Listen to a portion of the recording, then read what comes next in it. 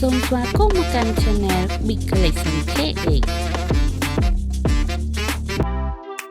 ជំរាបសួរបងប្អូនទាំងអស់គ្នាថ្ងៃនេះខ្ញុំមានម៉ាស់ការពារ UV បង្ហាញលោកអ្នកម៉ាស់នេះផងដែរសាច់ក្រណាត់ប្រភេទទុនរលោងនៅផ្នែកខាងមុខមានប្រហោងផងដែរចំពោះខ្សែម៉ាស់មានដុំតូចមួយសម្រាប់រំកិលខ្សែតូចធំផងដែរ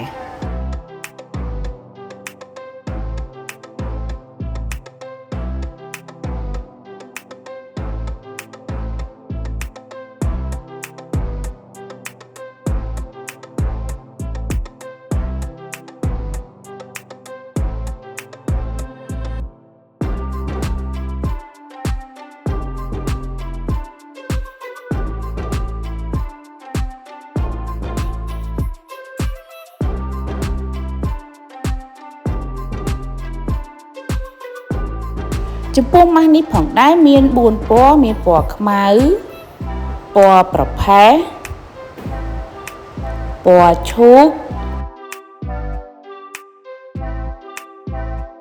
និងពណ៌ចុងក្រោយគឺពណ៌បៃតងស្រាលសូមចុច Subscribe និងសញ្ញារូបកណ្ដឹងដើម្បីទទួលបានវីដេអូថ្មីៗពី Channel យើងខ្ញុំ